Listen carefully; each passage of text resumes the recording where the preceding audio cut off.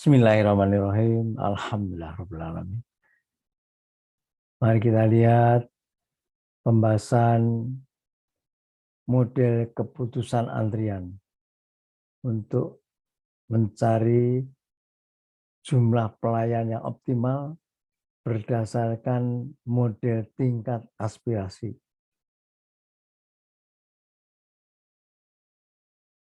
Kita lihat filenya.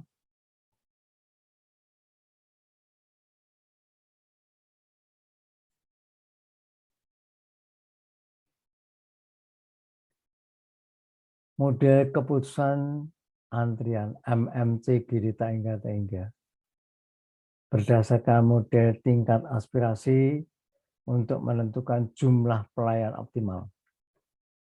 Ya.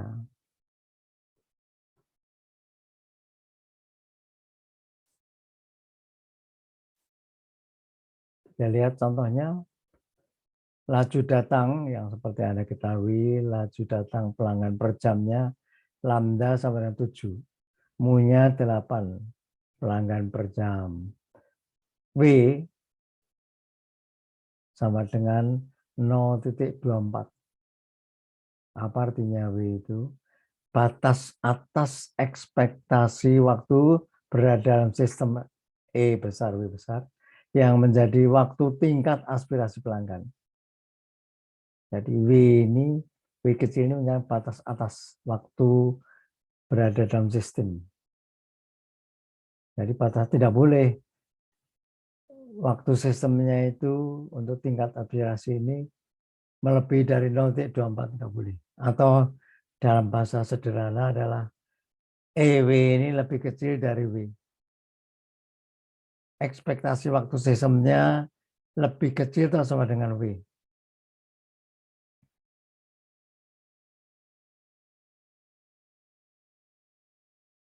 Kalau kita lihat jumlah pelayan menganggur rata-rata dalam sistem, dalam C pelayan, yaitu pada kan di mana dalam sistem itu ada menganggur rata-ratanya itu kaitan ada dalam sistem itu ada 0 pelanggan, 1 pelanggan, 2 pelanggan, sampai C kurang 1 pelanggan.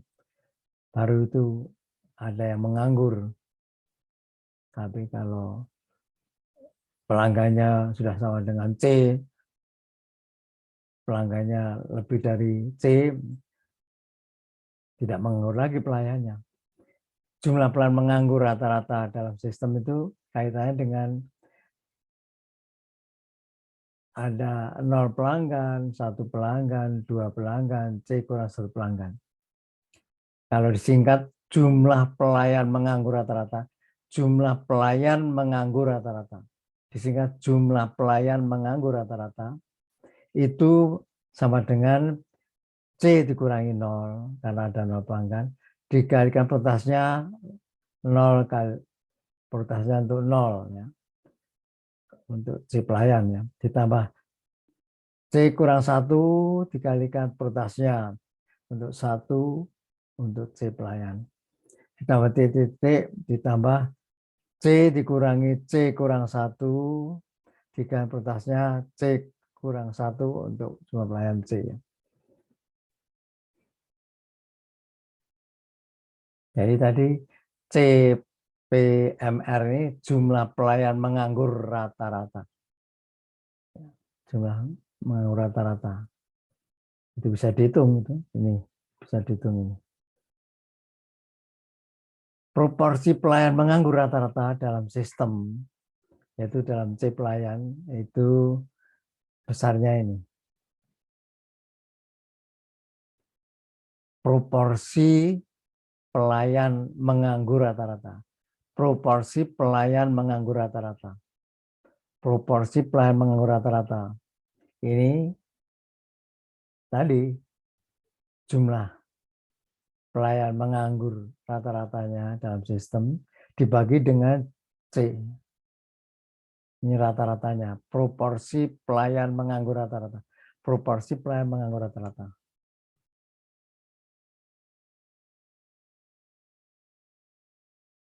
Kalau dalam persen, dalam persen itu, dalam persen itu, persen pelayan menganggur rata-rata per pelayan. Persentasenya berapa persen, disingkatnya persen pelayan menganggur rata-rata per pelayan. Ini tinggal dibagi C dikalikan 100 ya. Dalam persen ya, sekali lagi ini dalam persen. Dikalikan 100 dibagi jumlah pelayannya. Tau itu 71 dalam persen nih. Batas atas persentase pelayan menganggur rata per pelayan yang menjadi tingkat aspirasi pelayan dalam satuan persen, jangan lupa dalam satuan persen, yaitu pada kan di mana dalam situ ada 0, 1, 2, C kurang sepelanggan. Artinya apa? Persentase pelayan menganggur rata-rata per pelayan itu harus lebih kecil atau sama dengan tau ini ya. Ya, di mana tahun ini sama dengan 71. Jadi persentase pelayan menganggur rata-rata per pelayan itu harus lebih kecil atau sama dengan tahun sama dengan 71. Ini. Ini untuk memudahkan disingkat seperti tadi. Persentase pelayan menganggur rata-rata per pelayan. Nah, dalam contoh ini jumlah pelayan minimumnya sama dengan 1. Dalam contoh perhitungan ini, batas atasnya dibatasi kalau membuat kurva itu C atasnya 10 pelayan. Vektor jumlah pelayan itu bisa kita buat ini. Vektor jumlah pelayan itu sama dengan ini C ini. Vektor jumlah pelayan disingkat vektor jumlah pelayan C. Ada lagi faktor utilisasi atau intensitas lalu lintas. Ini rho ya, Anda kenal di sana. Terus ada 0 pelanggan dalam sistem ini. P0 C-nya itu ya. Terus ada N pelanggan dalam sistem itu disingkat PN, dalam sistemnya ada C pelayan ini. Expected jumlah pelanggan dalam sistem yang seperti Anda ketahui ini di dalam MMC itu ini. Ekspektasi waktu pelanggan dalam sistem ini XPW. Ekspektasi waktu pelanggan dalam sistem. Ekspektasi waktu sistemnya. Ya, ini bisa dibuat dalam bentuk vektor, yaitu dengan jalan mengubahnya seperti ini. Dalam vektor.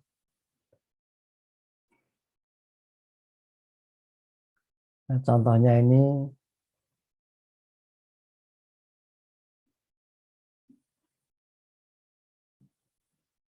kalau kita mempunyai C1, jumlah pelanggan sistemnya 7, ekspektasi waktu sistemnya adalah 1.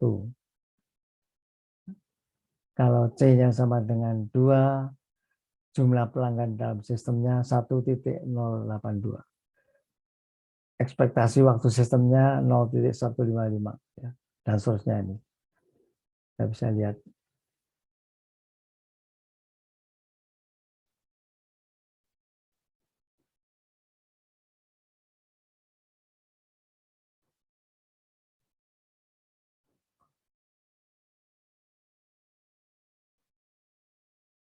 Tadi kalau kita lihat persennya itu tadi rata-rata pelayan menganggurnya itu ini. Dalam persen sekali maka dikalikan 100 dibagi jumlah pelayannya rata-rata per pelayan, persentase pelayan menganggur rata-rata per pelayan.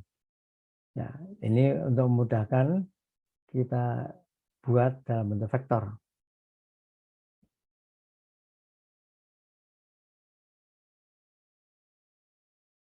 Jadi ini menyatakan vektor jumlah pelayan 1, 2, 3 ini vektor jumlah pelayan. Yang ini ekspektasi waktu sistemnya. Jumlah pelayan 1, waktu sistemnya 1. Jumlah pelayan 2, ekspektasi waktu sistemnya 0,15. Ya, untuk memudahkan, ya, kita lihat tabelnya dalam bentuk matriks.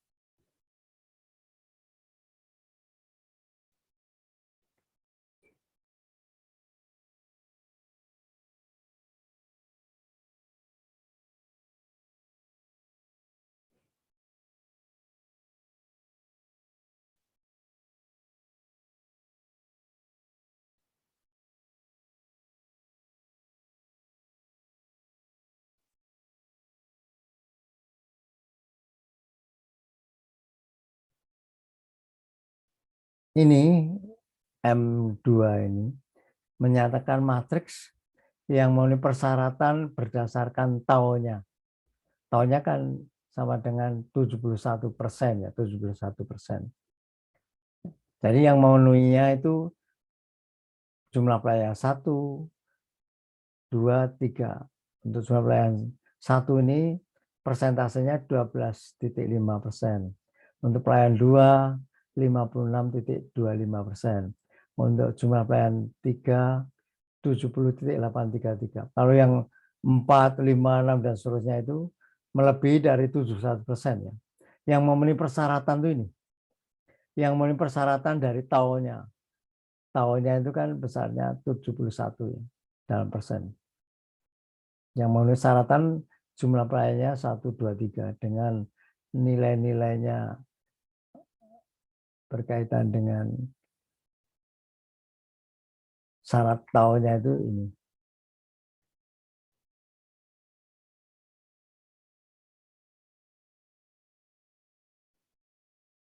Maksud jumlah pelayan dan ekspektasi waktu sistem yang memenuhi persyaratan, ya, yang memenuhi persyaratan di mana ekspektasi waktu sistemnya harus lebih kecil atau sama dengan W kecil ini.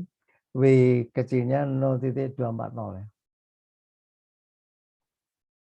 Jadi yang memenuhi persyaratannya ini, yang memenuhi persyaratannya disingkat M besar 1. Waktu sistemnya untuk jumlah pelayan 2 sekian. Untuk jumlah pelayan 3 0,129. Jadi masih lebih kecil dari ini atau sama dengan ini ya. Yang memenuhi persyaratan waktu yang menjadi persyaratan tingkat aspirasinya ini. Jadi yang memenuhi persyaratan ini 2, 3 sampai dengan 10. Nanti kita baca tadi 10 ya. Padahal sebenarnya bisa besar itu.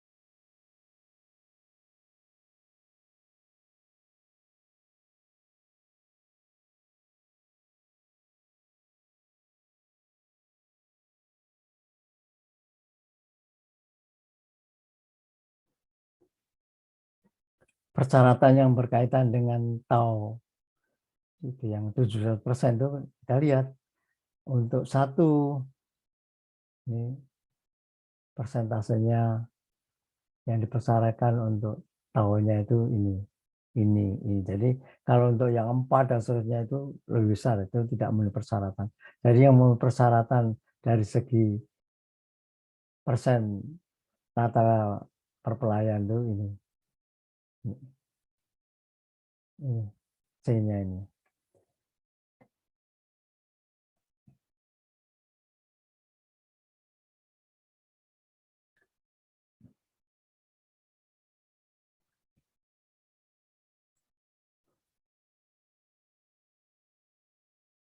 Jadi kalau kita lihat yang memenuhi persyaratan persentase menganggur pelayan yang harus lebih kecil atau sama dengan tau ini, itu jumlah pelayannya 1, 2, dan 3.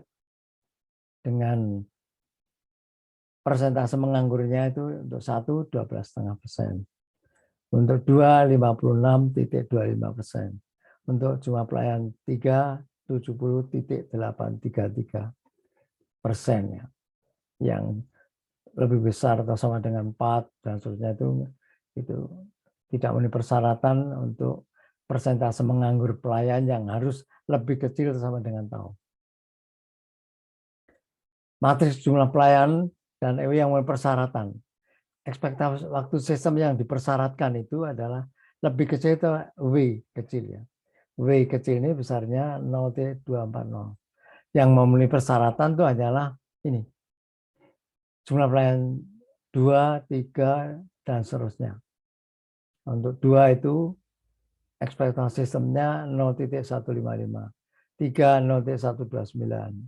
Ini 4, 0,126, dan seterusnya.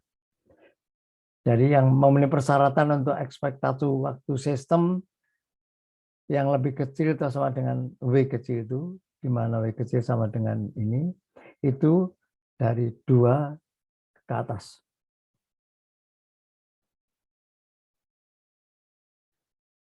Maka kita bisa lihat jumlah pelayanan optimal berdasarkan model antrian tingkat aspirasi sebesar ini.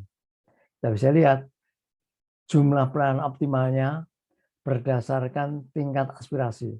Jumlah pelayan optimal pada aspirasinya itu yang memenuhi persyaratan ada 2 pelayan atau 3 pelayan. Inilah hasil dari pembahasan contoh di atas itu ya. Jadi dari contoh yang di atas itu yang memenuhi persyaratan berkaitan dengan ekspektasi sistem dan taunya itu hanyalah 2 pelayan dan 3 pelayan.